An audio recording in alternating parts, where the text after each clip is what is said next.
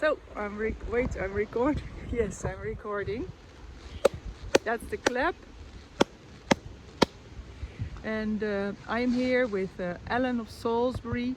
I first learned of Alan in a talk he gave with Miles Johnston's conference, and it was just so amazing. I've been sharing it with people many times, and it was on psychopathy and in fact how to deal with it.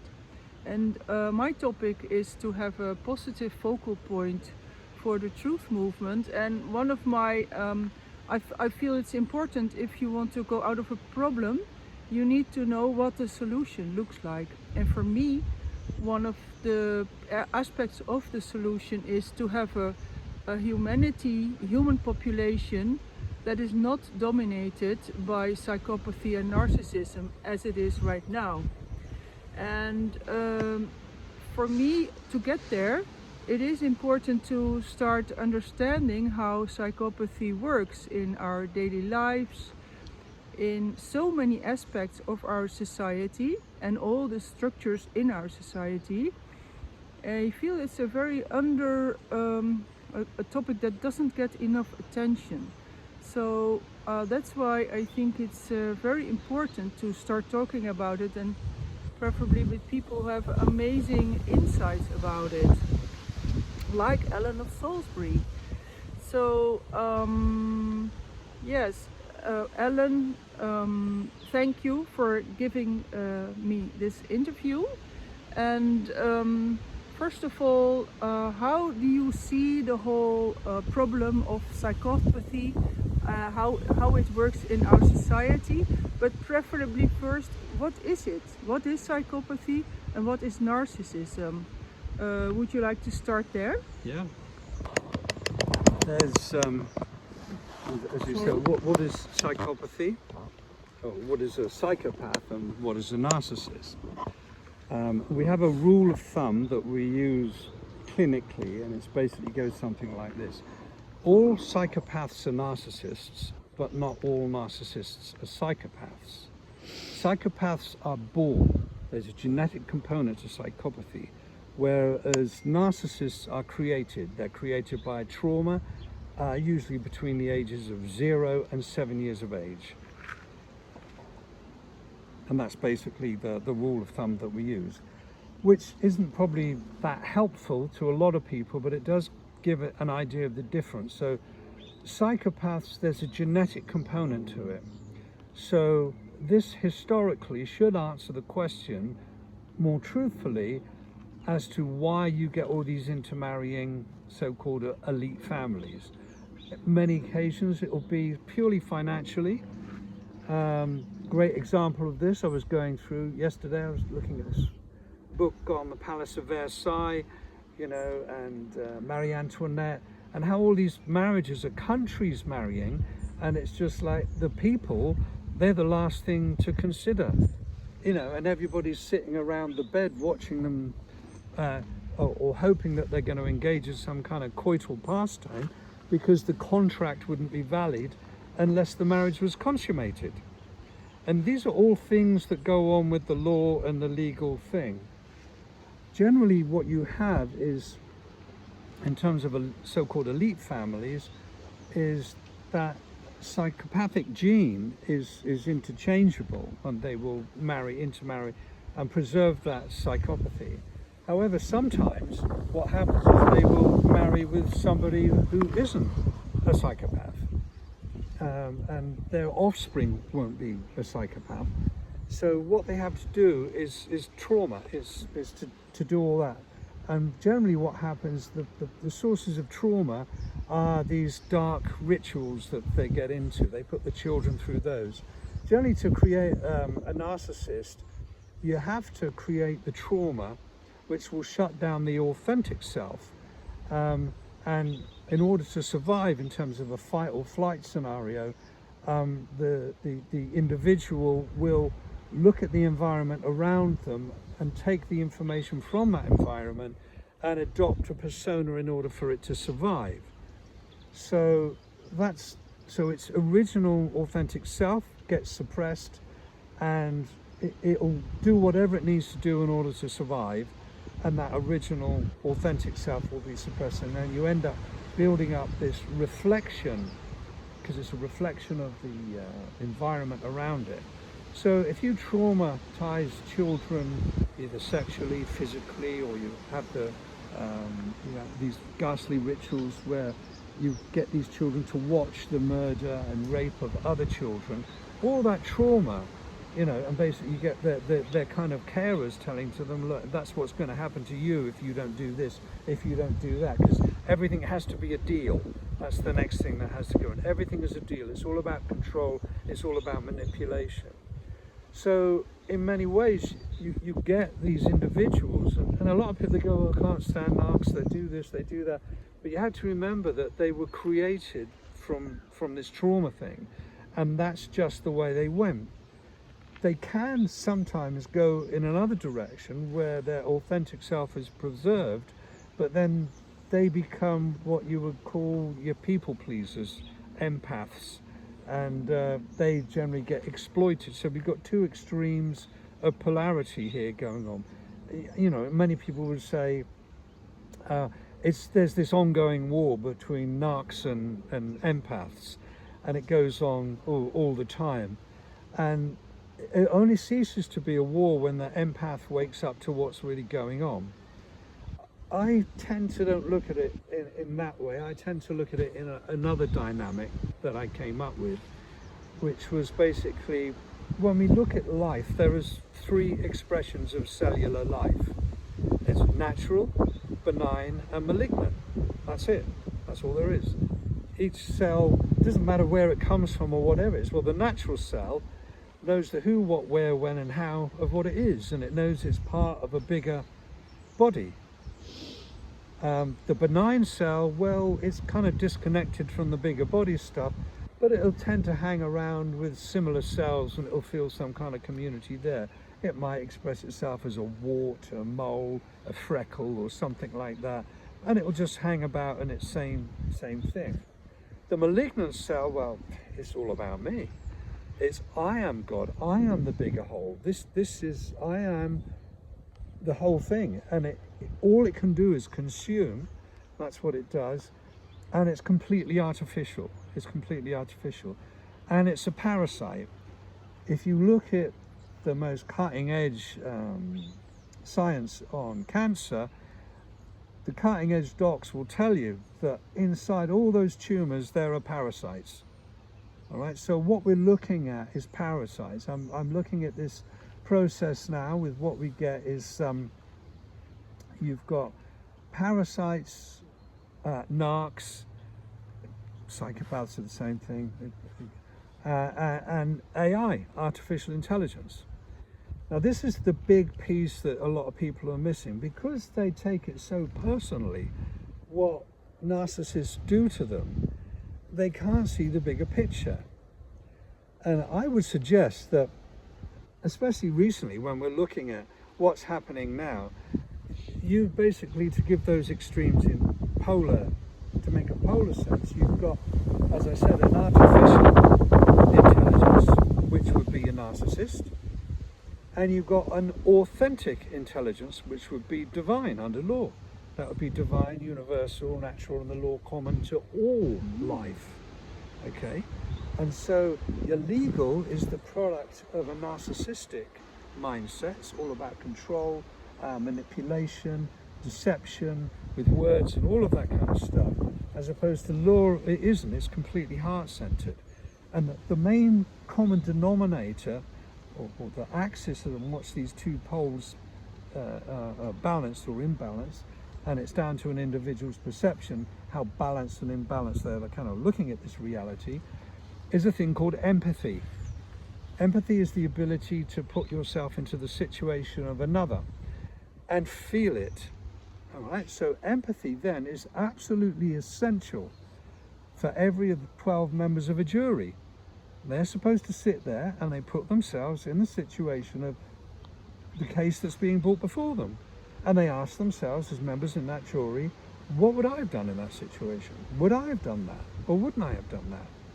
And that's how they arrive in law, L-O-R-E, at a verdict. Because if we go back to the Magna Carta or the Great Charter 1215, and most people talk about it, but they don't go through the actual articles. Because if you see the actual articles, they're very, very simple. First thing, article in Magna Carta, all trials must be cost-free, period. Well, that makes perfect sense to me, because as soon as you introduce a profit motive in a judiciary, then you're going to corrupt that judiciary. Straightforward, isn't it? I mean, that's a heart-centered thing. No problem with that. Second thing, all trials are jury trials. There are no judges. So you have 12 peers. Third article. All trials are made up of juries of an individual's peers. So you've got a fully floating justice system. You haven't got some judge that's had a privileged background coming in, who's been mind programmed by the Bar Association to just think in terms of legal, because there is no judge. The only judges there are the members of a jury. That's the only time a judge can be a judge, is when he's a member of a jury in the Great Charter 1215. This makes perfect sense, and that's why the Great Charter 1215 is in perpetuity, because that is true will never change, because that is true will always be true, it will never change. And when you look at human nature and you look at these two dynamics of narcissistic personality disorder, and you match that with empathy, you can see these two poles. You get, okay, well, you've got law, which is based on empathy, and a jury of people who have got the ability to put themselves into another situation. And the jury, again, another fourth article in the Great Charter, is the jury decide what the sentence is, which isn't necessarily punitive. It's how amends are made. And that's where you get, at the end of your prayer, what do you say? Amen. Amens. Wow. Yeah, excellent. So you kind of give us an image of what law would look like that is not based in narcissism and psychopathy, but in empathy, right? Yeah, that's an old jury trial. So my next question would be actually what defines a psychopath? What sets of personality traits, and what defines a narcissist? And also, now that you gave a sketch of what the I don't know the word system would look like, can't you give a sketch of what a society would look like when it is not dominated by psychopaths and narcissists, and perhaps even how could we get to such a society? Oh, it's like 3 questions. Start with anyone you like. Okay, the first one is, psychopaths and narcissists have zero empathy. They do not have the capacity for empathy. They cannot be heart-centered. They don't know how to love, and they cannot be fulfilled in the same way that an empath or somebody who's heart-centered can be fulfilled. Which is why they have this hatred and this enjoyment at breaking up things. They love to set people up against each other, and this is a really important thing to notice. And this is why I'm going to get into the bigger dynamic now. And I haven't proved this, I'm just saying this. Apparently, according to some people I know, in the quantum reality, there is a galactic artificial intelligence. And this galactic artificial intelligence creates and takes over planets. And it invades planets, and the way that it does this is it takes over the dominant species on that planet and sets it up against itself. So for example, you could have this galactic intelligence. I would suggest that you watch, say, the beginning of the film Avatar, where you've got the corporate heads. The corporates are the dead talking, corporations are the dead talking. They're exploiting everything, they consume everything, they land on, and you've got the blue guys, which are living under law. They're the empaths, they're living with nature. And so I think in our term it was like guys called the Anunnaki, which is an interesting name, isn't it? Anu is their chief god, but in the middle of that word is the word narc, isn't it? Anunnaki, and then you've got this brilliant thing, I, which is that all-seeing eye. So you've got this all-seeing AI, you know, in the pyramid thing, all right? So it's all there in the world, because these guys, they know in terms of LORE, Lima, Oscar, Romeo, Echo, law, they have to give you notice. One of the laws is that it's all about free will and choice. The divine, whatever you want to term it, gave you free will and choice. So the whole idea of the narcissist, and the whole contract gig, because remember, all this is yours in the first place, you were born into it, the whole contract gig for you to step out of your divine thing and to be an adult. Let's look at what that word means. The adult means adulterated. You're an adulterer. You turned your back on the divine and you went for the legal stuff. You wanted the terms and the conditions and all the other stuff, blah, blah, blah. So you end up with this artificial intelligence, this galactic thing that comes down and it genetically modifies the human race to create psychopaths, where you have imagine 100 people and you put 2 psychopaths in there. How long is it going to take those psychopaths to create the trauma, to create the narcissists? Now you can play those 100 people off against each other, which is what they love to do, and that's the conflict. Then you have to have another form of law to do that, and you get them to do all of that with different cultures and all that, and eventually you take over the whole world. And now we're at such a stage now where people are so vain and stupid that what happens is they're offered by artificial intelligence like architect. I mean, there again, they're telling you, architect. Architects don't create anything. Architects aren't the creator. All they can do is manipulate that's already been created into another form. They're not the original creator. And if you ask the stone chippers what their god is Lucifer, which is the architect of the universe. Well, architect AI will tell you what you want to hear, just like a narc will when it's love bombing you. It'll tell you, oh, how great you are, blah, blah, blah, blah. Only the AI one is saying, oh, we'll solve your problems for you, just give us all the stuff. And you'll then, it's doing exactly what a narc does, is data mining you to get the goods to take down and use against you. So it can build a massive great database up on that. Well, if you imagine there's a galactic AI, that's what it's doing to take over the whole world. So this was your world, and you are selling it by terms and conditions to this artificial intelligence. So you're selling yourself out as an individual, and you're selling the whole planet out, and it's getting more and more control, because that's all it can do. And then what it does is it consumes. Remember I said about the malignant cell? All that can do is consume, and eventually it'll consume its host. Its host will die, and it will die as well. But in terms of the host we've got here is our Mother Earth, and we're just beings on that, and that we're supposed to look after it and take care for it, but we've been tricked, hoodwinked, whatever you want to call it. And now we're at a stage now where I know people, I'm a musician, okay, they can't play a note of music, but AI says, I'll make you into a rock star, here's the song, you can do it, it'll promote it to you on Disco Kid or something like that, and you can play it being a rock star. You don't have to put in the hard work, the time or the energy. It's not an inside job, it's an outside job.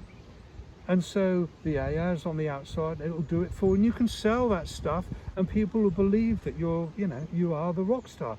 But then in the real world, you put yourself on the stage, you can't play a note, you can't sing it, you're a fake, you're artificial. And that's all artificial intelligence is. The name it's got is the clue. It's artificial, and it wants you to be an artificial intelligence as well. And that's what narcs do. They want to break your heart, so you kind of give up and you just become like, what have you got, natural benign. You just become this benign being that does what it's told, or you become a narc like it does. And then you've just got this small percentage of people that want to be natural, and you said, well, how did people used to live? Well, all the Native Americans, loads of tribes lived without artificial intelligence. They lived with law, they didn't have a problem, they were in harmony with nature and everything. We just went over there with this corporate thing, just like the guys in Avatar, and wrecked their civilization the same way as it was done in Avatar. Again. So thank you. That's a great, great insight. So I have encountered narcissists in my life, and I have been hurt by them quite deeply. But then at one point I started to learn about narcissism, and everything started falling into place, like, oh my god, this makes total sense, and now everything makes sense. And then I managed to withdraw myself from those toxic relationships, and also to start healing. So my question is, on a human population scale, how would we get out of this narcissism issue? Let's wait until the fighter planes pass by. Oh, that's not a fighter plane, it's a commercial plane. But so the question is, do you have any ideas on population dynamics kind of scale? What can we, but for me, like on a personal matter, recognizing it is the first step. So I feel that just teaching about narcissism and psychopathy, explaining it, giving it attention, making it known, so that people will start to recognize it in our governments, in their neighbors, in the people around them. And then, what are your ideas about scaling up to heal from it and to have a society that is not dominated by it? Do you see any possibility, even at all, to heal in this stage? Right, well, there's every possibility to heal, that's the first thing, but it's going to take a spiritual aspect in order to do that. And in the end, you'll know you're healed when you're able to look back at that narcissist and what they did to you, and you'll see it as a gift, because hopefully you'll have overcome your people-pleasing tendency, and you're kind of addicted to that sort of dynamic, that drama, and you'll be free of that, because that's what keeps a lot of people in that place. And so in a sense what they're doing is they're teaching you, and unfortunately most of us tend to learn from negative experiences rather than positive ones. But if we kind of look at the bigger picture, which I know people will struggle with, is that if you wanted to invade a planet and you take over that species, then the two main things you really need to do is to keep on creating trauma, which will create the narcissist. So war is brilliant for that. And you also need to be able to put a false dynamic religion in, and that religion of course is this fiat currency, because it's not real money. And this goes, because that's what people do, they go with where the money goes. They'll blindly follow this, they'll do that, they'll give up their sovereignty for profit. The question I kind of ask is, when does a salary become a bribe? Well, let's just go back and think of all the doctors in the lockdown thing with that virus, and viruses don't exist, how they were told to give these jabs, they didn't want to take it out, they followed a narrative, and therefore when they cashed their paycheck, was that a salary? In other words, were they doing their job, or were they taking a bribe? Well, the ones I can remember, the ones that spoke out, they lost their jobs. But the ones that did quite well, and they're still walking free, and all the other guys that promoted it, and all the big profits, and all of that kind of stuff, they took a bribe, in my opinion. And a bribe is when you look the other way, you're paid a bribe to look the other way when something criminal is happening. And a criminal offence is happening. And what was happening was mass murder. Okay, so if you're that AI, galactic AI, you've actually got people murdering other people, and they're generally the kind of empaths, because they're the ones that are trusting and believing. They're believing all that stuff. So you're getting rid of those, and they're the ones that are the ones that can change things. But they can only change things if they wake up. In other words, if they stop being benign, you know, like I said about the 3 cells, natural, benign and malignant. So they stop being malign, benign, and they go over to natural. They start getting natural again. Whereas, but some people won't. They get traumatized and they'll go over to the other side, which is what a lot of people did. There was some stuff that was going on in this country. I remember a good few years ago now, a woman called Julia Middleton was going through this common purpose management system. And what they do is they basically do what we call in the trade psychometric tests. The psychometric test is basically to test the levels of narcissism, if you like, or whether somebody's a narcissist or not. And they were used in police forces because the last thing you'd want in a constabulary, or in the old days anyway, was to have a bunch of narcissists and psychopaths. You wouldn't want that. So you would do these psychometric tests to test that, and if somebody tested positive for that, well then they wouldn't get the job as a cop. Oh, so it exists. Okay. So that could be one element to start eradicating psychopathy and narcissism, if more people would have a test like that in their house. Or Well, of course, do you see anything that we could do to get there? unfortunately that's not what happened. What happened was people took the bribe and they flipped the test over Yeah, of to course. ensure that they do get the narcissists and the psychopaths, and they become the cops, that they're the ones that are in the key positions of the national health and all the other stuff, that they get it. Why? Because it's not that they don't care or they didn't care. A narc and a psychopath can't care. Yeah. This is what people really need to get. They can't care. So you can't reason with something that can't care. So if you're that AI in the sky, that galactic AI, you've got your perfect ground soldiers, haven't you? Yeah. And you want to take out the human race, and you want to convince them that it's a good idea to have 15-minute cities. You get them to war against each other, and you get them to take them out. You do that by making them like you, make them an artificial intelligence. In other words, they're completely without heart. They believe in legal, which means you can just change things as it goes, you know, make it up as you go along, which is what narcs do, isn't it? They make it up or they play the blame game. You know, they never own anything, as in law, that's different, but as in legal, it's all about blaming. They don't admit liability. Your insurance company, when you have a crash in the car, don't say it was your fault, don't do this, don't do that. And so you end up with a race of beings that are going to be what's called in the spectrum of cluster B pathology. They're going to be narcissists or psychopaths. And they won't be heart-centered anymore.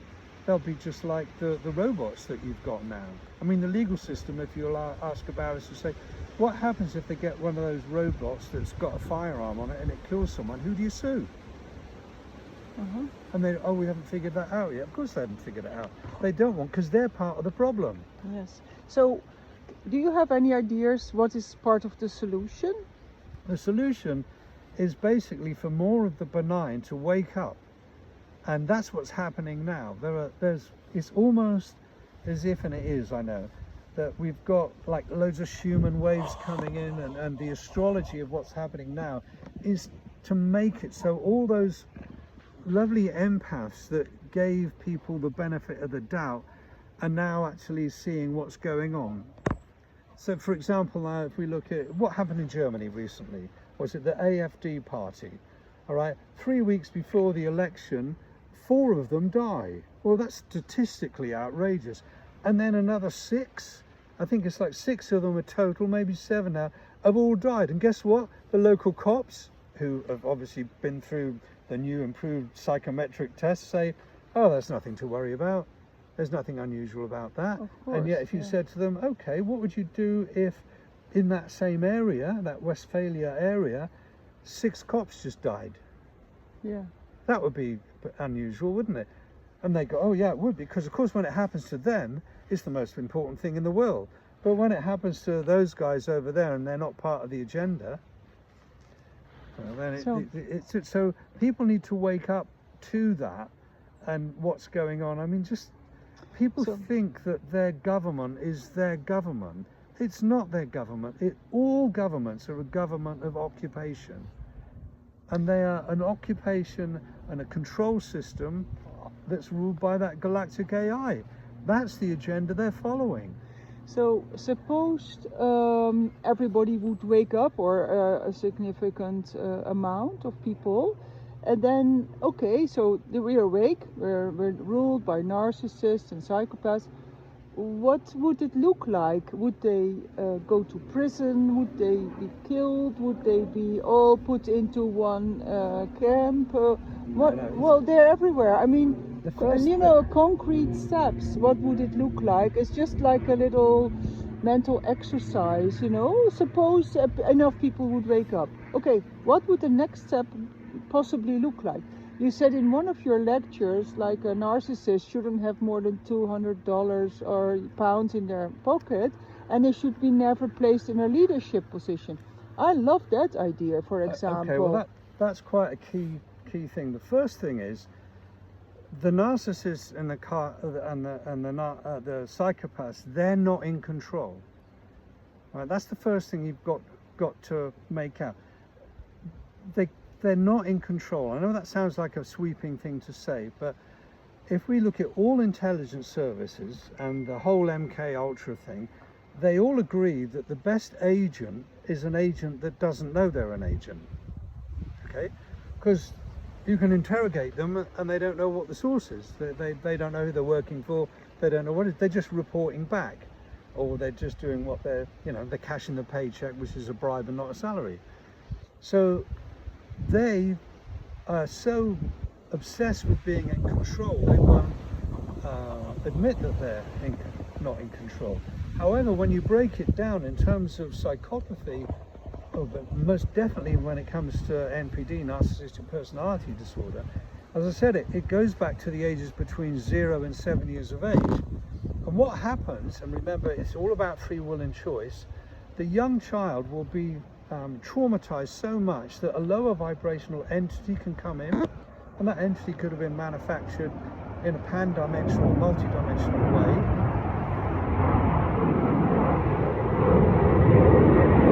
Another commercial.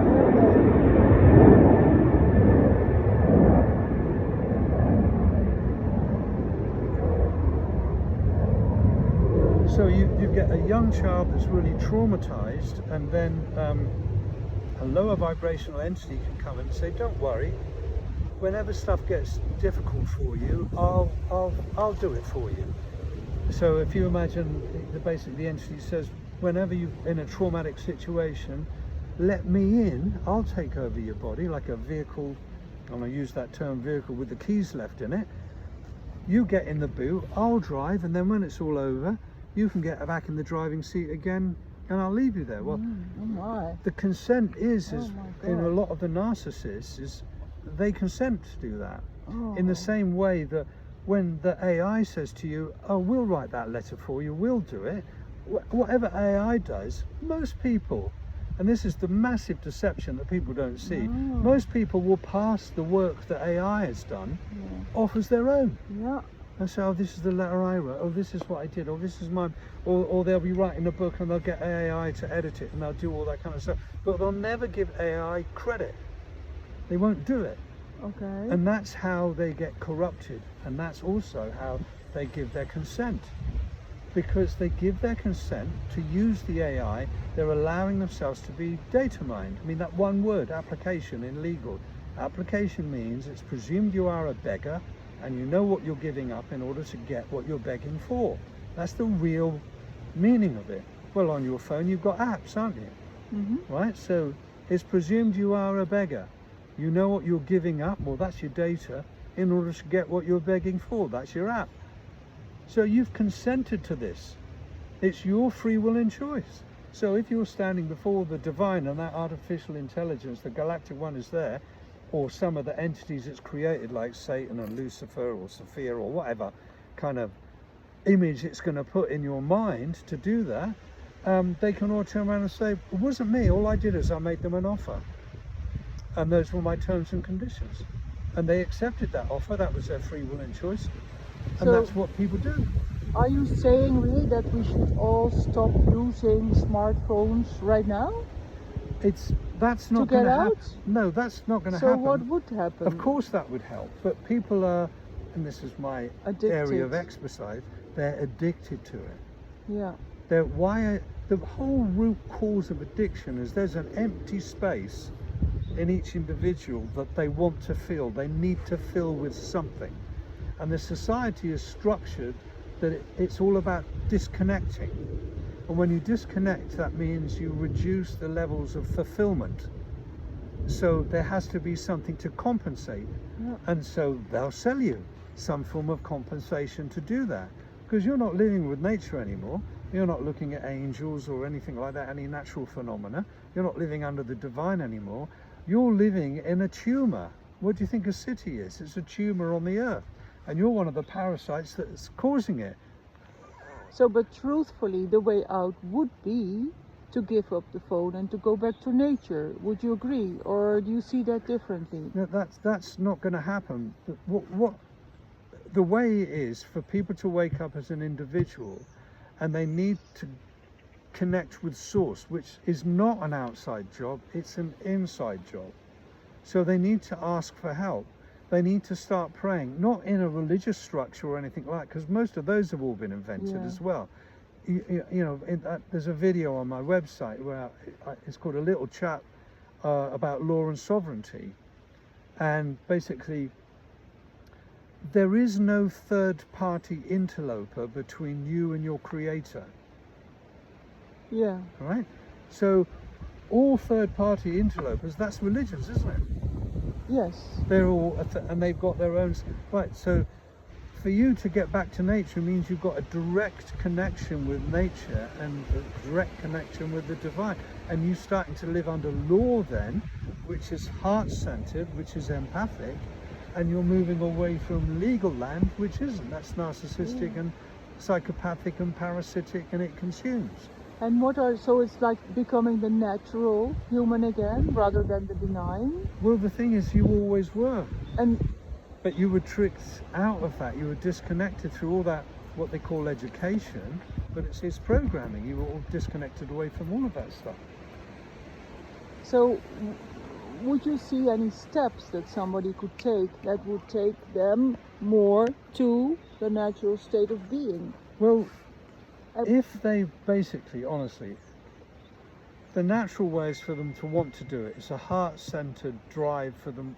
So as an individual, they look at stuff. The first step is the desire, really. Yeah, it's not even a desire. They look and they say, I can't go along with this anymore. You know, like you would in your relationship with the narcissist. Yeah, that's it.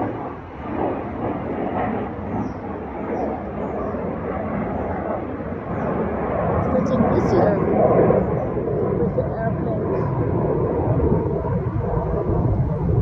So it's the most important thing is the individual, because when you're truly connected with yourself, as in an I am, then you are a we are with everything else that is an I am. Because in the natural world, we are all together as one.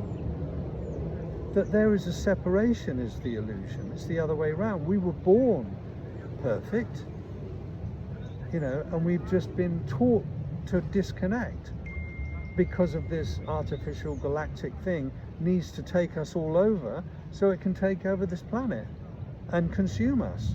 I mean, what have we got at the moment? We've got, what's his name, Donald, over the States, 500 billion for a whole city that's on AI. I mean, let's just look at this. On one level, you've got this climate change, energy, when we've got to, but then there's, if you look at the energy that AI takes, have you seen the size of the cables on a 5G mast? I haven't, no. Have a look the next time you see them. 5G masts, they're massive thick cables, right? So that means lots of energy is going through there to produce that. AI, in terms of the technology, the computing force that it takes, it consumes vast amounts of energy. And if there's one thing that AI, and that narcissists and psychopaths and AI have in common is they consume far more than they give. Way more than they give. They consume far more energy. And then when they're kind of being pulled up about it, they'll get their own guys around to kind of justify the situation for them. So you've got someone like Trump who's basically doing lots of good stuff. He's dismantling a lot of the corrupt stuff, but none of the major players are getting banged up, are they? No. None of the guys who work for Fritz that were involved in the mass murder or anything like that. They're getting, or the Epstein kind of thing. None of those have gone down yet. None of those. But yet you get 1 year if you burn a flag. Yeah. You know, so it's all kind of, and then he's doing the good stuff so people get behind him, but he's really pushing through this AI agenda. Well, of course, the galactic AI wants a basis of AI, so it gets us. We build our own prison. Gets us to build the own prison. It's all about consciousness. And so that's what we're all doing. And if people could just see and wake up that it's not about different cultures, it's not about different religions, we're all in this together, and there's this artificial intelligence that's splitting us up, and it has done all the way throughout history, you know, and we just need to see that when we're going against some enemy, we need to realize that they're being manipulated by something that's artificial, because that's why they are artificial. So if you think of various cultures, like, you know, for example, governments, they lie for a living. They're professional liars, or barristers, all of that stuff. They lie. They've got no honour. Whereas in LORE, law, Lima Oscar Romeo Echo, it's all about honour. It's all about being heart-centred. It's all about a jury court. What did we have recently? We had a bunch of guys from Epping. They thought they'd go to the European Court of Human Rights. They don't even know what human is. They don't even know what the word means. Oh, thank you. It's getting very busy with the airplanes, and I was wondering if you have any concluding remarks on what we have discussed here. Okay, well, basically what it's about is each individual taking responsibility for their life. They've got their own journey, and they will, when they become heart-centered, if they really want it, and they pray, whatever structure they're using, whatever they're in, is just to take responsibility for their own life, to become an I am that I am. And then when you can do that, which means you have to be true to yourself, absolutely true to yourself, follow your heart, follow your passion, not what's a good job, not what's it, follow your heart, because we're all born with that. We're all born with a passion to do something. And you know, whatever it is, like the woman I was telling you when we were walking to this lovely location, had always wanted to learn to fly. I said to her, do it, follow your passion. Okay, we've got to earn a living and we've got to do this, but never lose sight of following your passion, because that's going to be your road to getting out of this situation. If everybody follows their passion and they're honest with themselves and they're heart-centered, it's about being heart-centered and in alignment with your gut and your nut, right? So the next time you look at Orion's belt, think the middle one is your heart, and then you've got your nut and your gut either side. That's a straight line. Once you're in alignment with yourself, you're on your journey. And it's an individual journey, and you'll find when you start doing that, you'll meet other people on their individual journey, and you'll start connecting, and that's the natural way out of the situation. It's not like following leaders. I don't want anybody to follow me. Yeah, I've struggled enough following myself, but it's not about, it's being true to yourself. Just go your own way, and you'll make connections.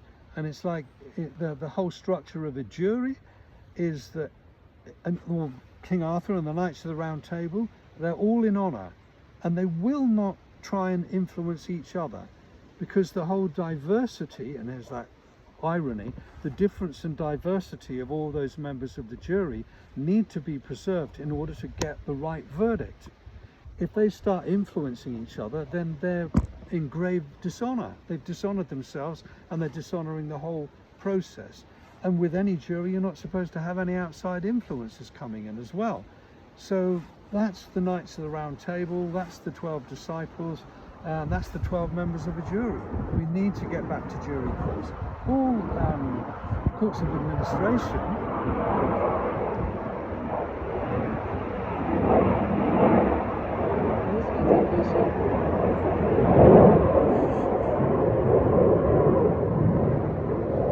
all the courts of administration are unlawful. See, most of the cops or law enforcement, they are breaking the law to enforce illegal. And that's where it comes back to the financial thing, which is another big piece of how this goes. You know, because when you go to a legal court or a court of administration, they want you to tell them what your account is, and that your account is your name. It's not you, it's a namee. Yay or nay, yes or no. Well, nay means no, it's not me. And your ID. Nay, me. Yeah, Wow. exactly. This is the word magic that they Wow, use. yeah. And most people Nay, believe me. they My are God. their ID. Really? You're not. Yeah. ID comes from the word namos, right? Namos is where we get the word name from. Namos was a tag that slaves had in Rome, and it told you who your master was. So when you agree to be, that's your identity with your name in all capitals, you're saying, this is my master, I'm owned, I'm a slave, and therefore because I'm owned, you can do whatever who owns me wants me to do, because I'm its property. I mean, what can you do with your property? Anything you like. So as soon as you admit to being an ID or an id actually in Old Hebrew means possession. So when you say, that's me, I'm the ID, you're admitting that you're possessed by something else, or you are a possession of something else, and whatever that wants, which is generally legal, you've consented to it. Yeah, amazing. There's so much wrong with the names and the words, but you know, I find your take very inspirational. To what is funny actually right now? I know it's crazy stuff. I get the downloads for it, but you know, it's about sharing this stuff. You know, because a lot of people want Making the it answers to the known. questions that you've asked me, Yeah. and they do exist. But you can only get those answers if you're heart-centered. Because if you're asking AI, it'll give you an answer that's very believable, just like a narc. Yeah. All the time the narc's telling you, and it's data mining you, just looking at the question that you're asking, because it's seeing, you need to ask this. This is a need that I can fulfill, and I can hold it, but it's artificial. It's never going to be authentic. If you want to be authentic, you've got to be heart-centered and in alignment with your gut and your nut, and you've got to start asking the universe or source, whatever you want to call it, directly, and that's an inside job. Yeah. Whereas the AI is an outside job, and it takes all that energy and all that stuff to do it, and you sign it in and you're consenting to be the ID and all that stuff every time you use it. Whereas your creator, as I said, there's no third-party interloper between you and your creator. A third-party interloper in their system is the legal society, the bar association. You're not allowed to speak for yourself. You're the property of something else. And they're all drawing money out of account that's based on a slave system, which is what's backing that fiat currency that's lent into existence. So every time you use it and every time you follow that, you're promoting your own slave. The amount of people I know that are new ages and they're going, I want to manifest some money, and they're manifesting that fiat currency. All they're manifesting is more slavery and more war, because that's what that currency is based on. Yeah. Great And insight. real money, as I said, is the weighted metal. That's real substance of the earth. Gold is an immortal metal. It's never going to age. That's why it had value. It had value because what really counts in you is your soul. That's why it's immortal, and that's why it had value. But they've corrupted everything, really, and they've done a very good job on it.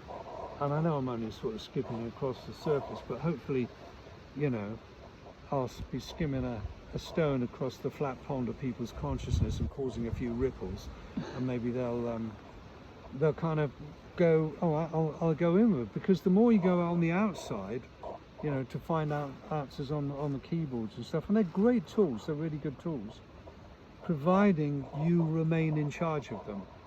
When they start to rule you and you hand your will and your life over to that artificial intelligence, that's it, you're gone. You've consented. So never give up on that. Be true to yourself, in alignment with your nut and your gut. Go inwards, do your prayers to source, whatever. Get that capacity of love, unconditional love together. Start reconnecting with nature. get rid of the parasites in your body. That's another thing, because those are the parasites. They're the ones that are mind programming you into the cravings. Have some sugar of this or have that. They're really clever. I saw one the other day. That was unbelievable. There was a dead insect, and there was this fungal parasite, and you could see the insect had a whole hole in its body, and yet the fungal parasite was making it move its legs, so it looked like it was alive, but it wasn't. And I thought to myself, well, that's the classic thing of a corporation, isn't it? Is it? A corpse orating, the dead talking. You know, what have we got? BlackRock and Vanguard and all that. They're all dead. They're all fictions. You know, and they all run on that fiat currency, and it's all artificial, and yet it's taking over the whole planet until people wake up and they get back to being the indigenous beings that they really were, and always have been, but they just need to remember them. Yeah, so excellent. I start laughing again. What I find inspirational is that we can actually start now and find this, well, I'm gonna have to look back on the video, what you said, those words, but yeah, get in touch with our natural being, our direct connection with nature and everything. It's an inside job. But this is inspirational because, you know, that's how I want to feel. That's a positive thing, and it's a positive reward. If you are there, you are in a level of satisfaction. So it is something to look for. It's not so much satisfaction, it's fulfillment. Fulfillment. There's a difference. Satisfaction is kind of like almost throwaway, instant gratification satisfaction.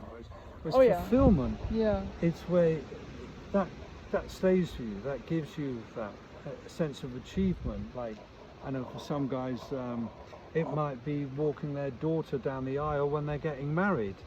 You know, that I've got my sense of fulfillment of being a father. All of that work, all that stuff, you know, and that moves on now to the next generation. You know, fulfillment's really important. You know, it's to do something that's true, and where it's fulfilling for your heart. Fulfillment is a heart-centered thing, whereas satisfaction could just maybe be a kind of outside superficial job, physical kind of thing. Fulfillment is the word. Is much more deep. So yeah, it's about fulfillment.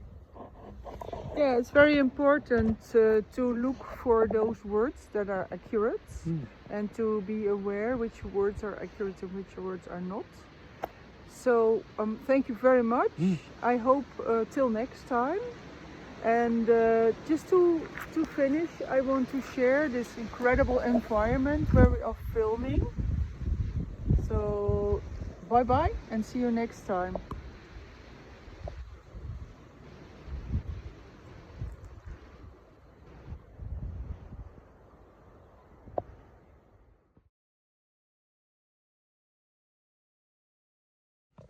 Then I end up owning more of your property.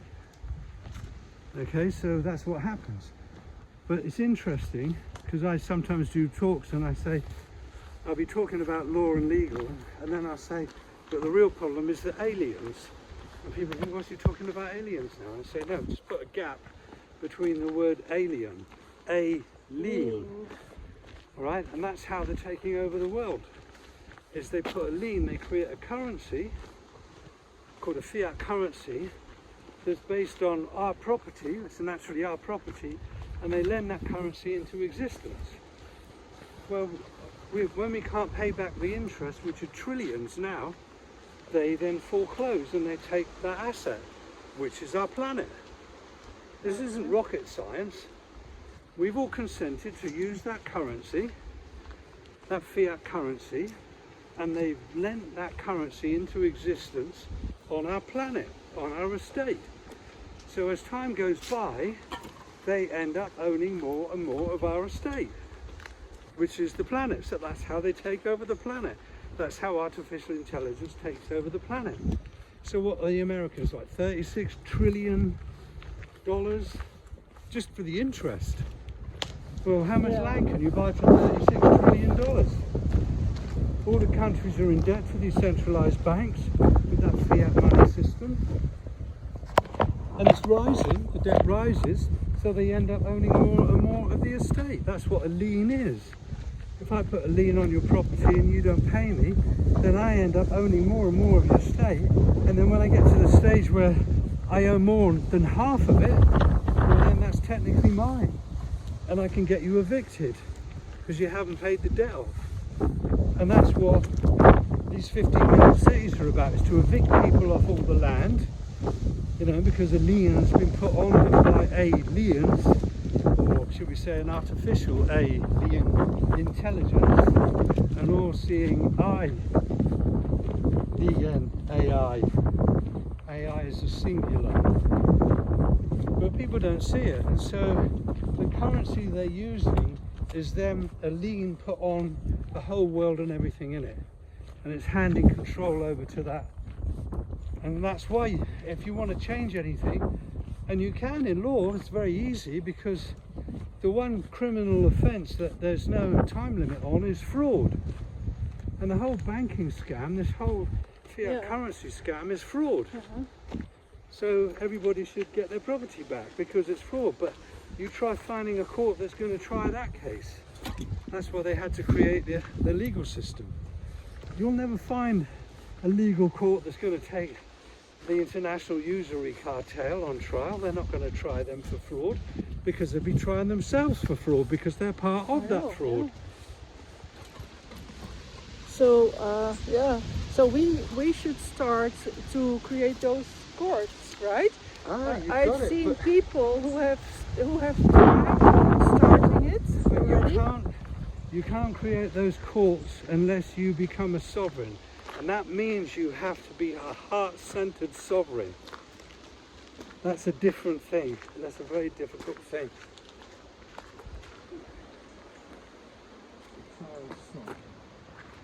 And then we'll come along here and you'll see that rather than it getting all shut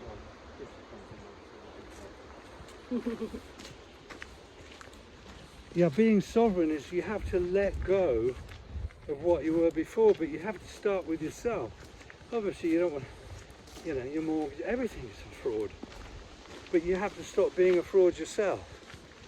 You have to be true to yourself, to thine own self be true, and get back to your own sovereignty, instead of selling it off to this fiat currency and that galactic artificial intelligence that's running everything. The governments work for that. That's what's enslaving us. The governments create the wars. They all do it. Our so-called constabularies are enforcing it. They're breaking the law to enforce illegal, which is a criminal. That's fraud. They're all in it together. We've all been duped. You know, and most people don't want to own that because they've got a vested interest. The lawyers have got their big houses, the cops have got their big houses, the politicians have it's the comfort, the comfortable, right? Yeah, well, their salary has become a bribe, isn't it? Yes. They're not doing their job. You know, all those doctors not doing their jobs. And that's how we get corrupted as a species and played off against each other. And nobody wants to know the truth. The most unpopular thing is the truth. Because the system is based on deception and fraud. So when someone comes along and tells the truth, they're public enemy number one. Even a little bit of truth. So this galactic entity that you mentioned, What, the AI entity? yeah, the AI, do you have some insight about the nature of it? Well, I know guys that have the insight of it. They're guys that get into the galactic stuff, and they say, you see, artificial intelligence is not being created by God. God, that's another word. That means grantor of dominion. That's the thing, but it's created by man, or it's created by corrupt intelligence, by narcs and psychopaths. They're the guys that finance the money to create the computers. They did all that at the end of the Second World War. And that's what they didn't realise. You see, these guys, they don't realise they're working for something far more powerful than themselves. They just think they're in control. They'll be discarded, just like the system discards loads of people, you know. So I've done some research on the nature of this entity, this galactic, or I yeah. should use it. Would you like me to tell me, to tell you about it? Yeah, oh yeah. So that's what I call this sentient oil. Ah, yes. And apparently the story goes, the sentient oil is like the blood soul substance of a planet. It has a desire to create, and planets, they create it themselves, or Earth, or I don't know about that whole discussion. So, but the place where we're staying, or the plane, and it is created through transmutation, I believe, and it has a desire to create, and apparently it has also the energy of all the chakras and the all those qualities, and more chakras than probably the human body. So the story goes that there was a survival black goo or sentient oil from another planet, and that was stripped of all the chakras except the mind, the sexual chakra, and I forgot another chakra. So anyway, it's not complete. And it has been affecting our planet as such. And the way out is to, I believe, heal that alien sentient oil by acknowledging its pain, and then helping it to restore its other chakras so that it becomes a full, complete being again. So I gather you have not heard of that? No, I haven't, but I can see there's a certain logic there that I am familiar with. And again, we go back to the narcissistic personality disorder. Yeah, because it's the devoiding of all those chakras. Yeah, it's got the mind, you said, which is the computing part. Yeah. But it lacks the heart. Yes, it lacks the heart. That's it. Or the gut and the gut as well.